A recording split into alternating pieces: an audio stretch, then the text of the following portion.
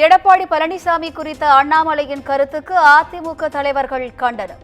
மாநிலம் முழுவதும் இரண்டாவது நாளாக அண்ணாமலையின் உருவ பொம்மையை எரித்து அதிமுகவினர் போராட்டம்.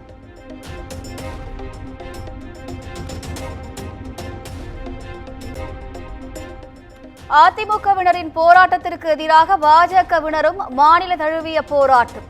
எடப்பாடி பழனிசாமியின் புகைப்படம் மற்றும் உருவப்படத்தை எரித்து எதிர்ப்பு.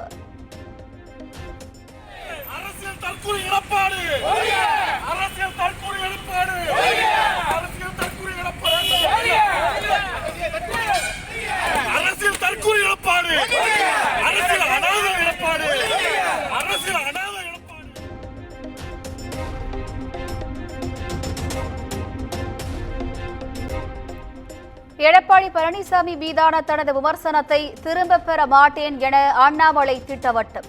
39 வயது அண்ணாமலை பேசியது தவறு என்றால் 70 வயது எடப்பாடி பழனிசாமி பேசியது சரியா என்றும் கேள்வி.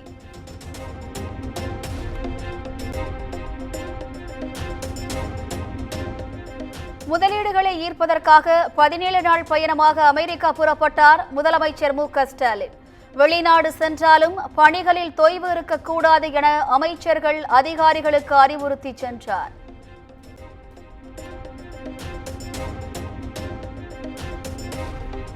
திமுக ஆட்சி பொறுப்பேற்றது முதல் இதுவரை 872 புரிந்துணர்வு ஒப்பந்தங்கள் மேற்கொள்ளப்பட்டுள்ளன. கடந்த ஆண்டுகளில் ஈர்க்கப்பட்ட முதலீடுகளையும் வேலைவாய்ப்புகளையும் பட்டியலிட்டு முதலமைச்சர் மு.க. ஸ்டாலின் பெருமிதம்.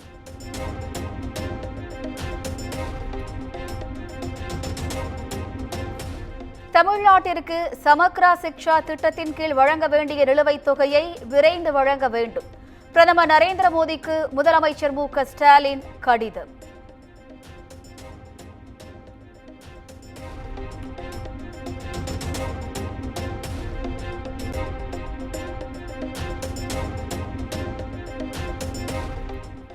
இந்தியை வேண்டாம் என கூறி PMC பள்ளிகளில் 3வது மொழியை மாணவர்கள் கற்க முதலமைச்சர் தடுப்பதாக அண்ணாமலை விமர்சனம்.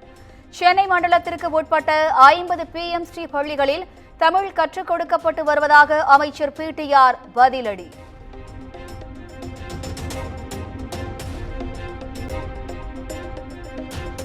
மத்திய அரசிடம் திமுக கொஞ்சி குழாவுவதாக நாம் தமிழர் ஒருங்கிணைப்பாளர் சீமான் விமர்சனம். நாணய வெளியீட்டு விழா மூலம் ஊர்ஜிதமாகி இருப்பதாகவும் பேட்டி.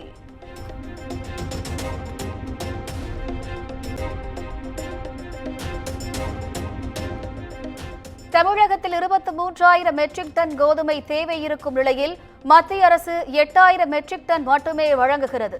நியாய விலை கடைகளில் நிலவும் கோதுமை தட்டுப்பாடு குறித்து அமைச்சர் சக்கரபாணி விளக்கம்.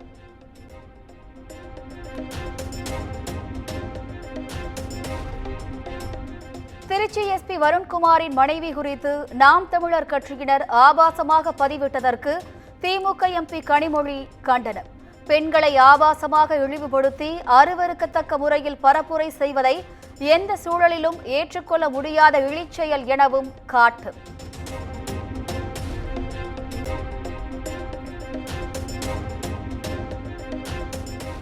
இலங்கை கடற்படையால் சிறைபிடிக்கப்பட்ட மீனவர்களையும் படகுகளையும் விடுவிக்க நடவடிக்கை எடுக்க வேண்டும்.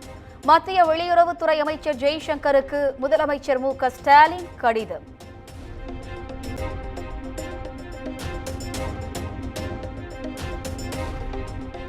உண்மைக்கு புறம்பான தகவல்களை கூறியதாக திமுக MP தயாநிதி மாறன் தொடர்ந்த அவதூறு வழக்கு. வழக்கை மறுப்பதாக சிறப்பு நீதிமன்றத்தில் எடப்பாடி பழனிசாமி பதில்.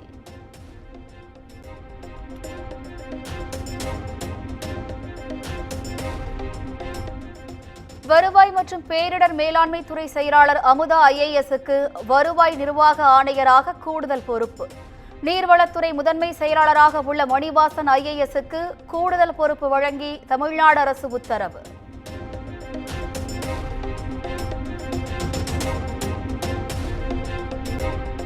சென்னையில் விநாயகர் சதுர்த்தி கொண்டாடுவதற்கு கட்டுப்பாடுகள் விதிப்பு.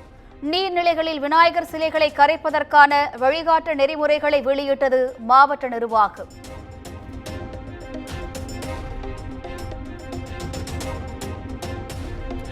நடிகை நமீதாவிடம் மதம் தொடர்பான எந்தவித கேள்வியும் நேரடியாக கேட்கவில்லை. கோயில் கட்டுப்பாடுகளை உறுதி செய்ய மட்டுமே கேட்டதாக மதுரை மீனாட்சி அம்மன் கோயில் நிர்வாகம் விளக்கம்.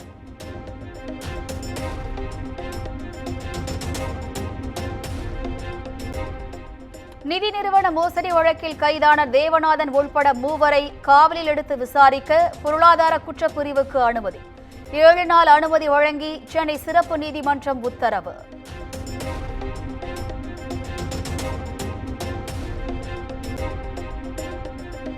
தமிழக வெற்றி கழகத்தின் கொடியிலிருந்து யானையை விஜய் அகற்ற வேண்டும். தமிழ்நாடு தேர்தல் ஆணையத்தில் தமிழக பகுஜன் சமாஜ் கட்சி சார்பில் புகார்.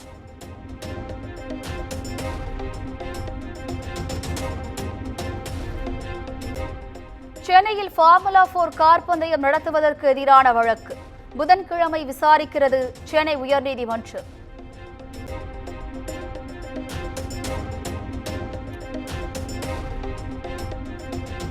மணல் கடத்தல் வழக்குகள் தொடர்பாக இதுவரை எத்தனை பேர் குண்டர் தடுப்புச் சட்டத்தில் சிறையில் அடைக்கப்பட்டுள்ளனர்? தமிழ்நாடு அரசு அறிக்கை தாக்கல் செய்ய சென்னை உயர்நீதிமன்றம் உத்தரவு.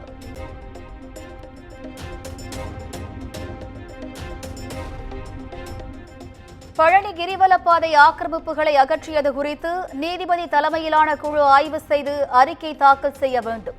உயர்நீதிமன்ற மதுரை கிளை அமர்வு உத்தரவு.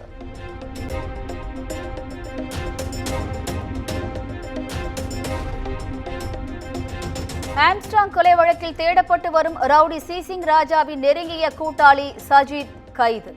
தலைமறைவாக இருந்தவரை கைது செய்து தாம்பரம் போலீசார் விசாரணை.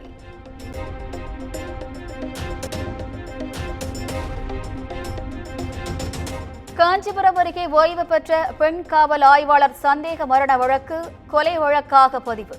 மதிமுக பிரமுகர் உள்பட 2 வரை பிடித்து தனிப்படை போலீசார் விசாரணை.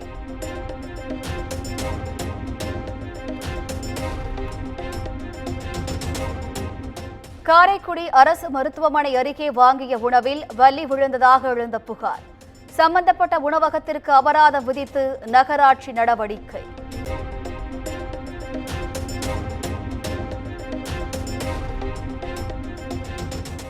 டெல்லியில் பிரதமர் மோடியுடன் கேரள முதலமைச்சர் பினராயி விஜயன் சந்திப்பு. வயநாடு நிலச்சரிவு பாதிப்புக்கு உதவும் வகையில் முதற்கட்டமாக 900 கோடி ரூபாய் ஒதுக்க வலியுறுத்தல்.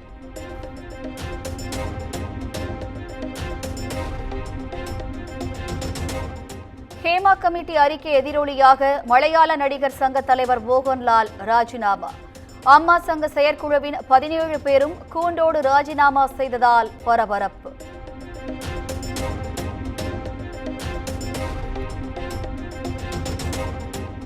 உக்ரைன் பயணம் குறித்து ரஷ்ய அதிபர் புதினுடன் பேசியதாக பிரதமர் மோடி எக்ஸ் தளத்தில் பதிவு. மோதலை தவிர்த்து அமைதியை மீட்டெடுப்பதற்கான இந்தியாவின் நிலைப்பாட்டை வலியுறுத்தியதாகவும் தகவல்.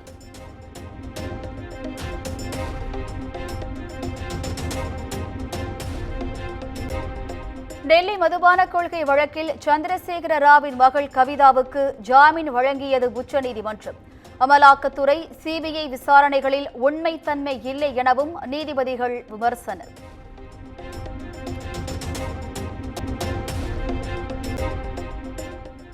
பெங்களூர் விண்வெளி பூங்காவில் காங்கிரஸ் தலைவர் மல்லிகார்ஜுன கார்கே குடும்பத்திற்கு நிலம் ஒதுக்கப்பட்டதாக புகார். சாணக்கியா பல்கலைக்கழகத்திற்கு நிலம் வழங்கிய பாஜக முதலில் வாய் திறக்கட்டும் என கர்நாடக முதலமைச்சர் சித்தராமையா பதிலடி.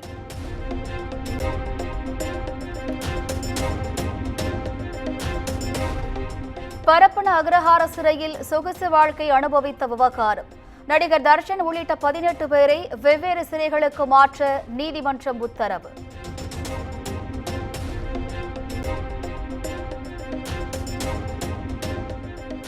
சர்வதேச கிரிக்கெட் கவுன்சில் தலைவராக ஜெய்ஷா போட்டியின்றி தேர்வு.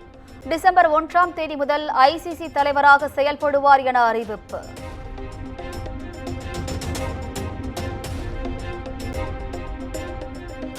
நடிகர் சூரி பிறந்த நாளை ஒட்டி போஸ்டர் வெளியிட்டு வாழ்த்திய விடுதலை 2 படக்குழு. வெற்றிமாறன் இயக்கத்தில் விஜய் சேதுபதி, மஞ்சு வாரியர் உள்ளிட்டோர் நடித்த படம் விரைவில் வெளியீடு.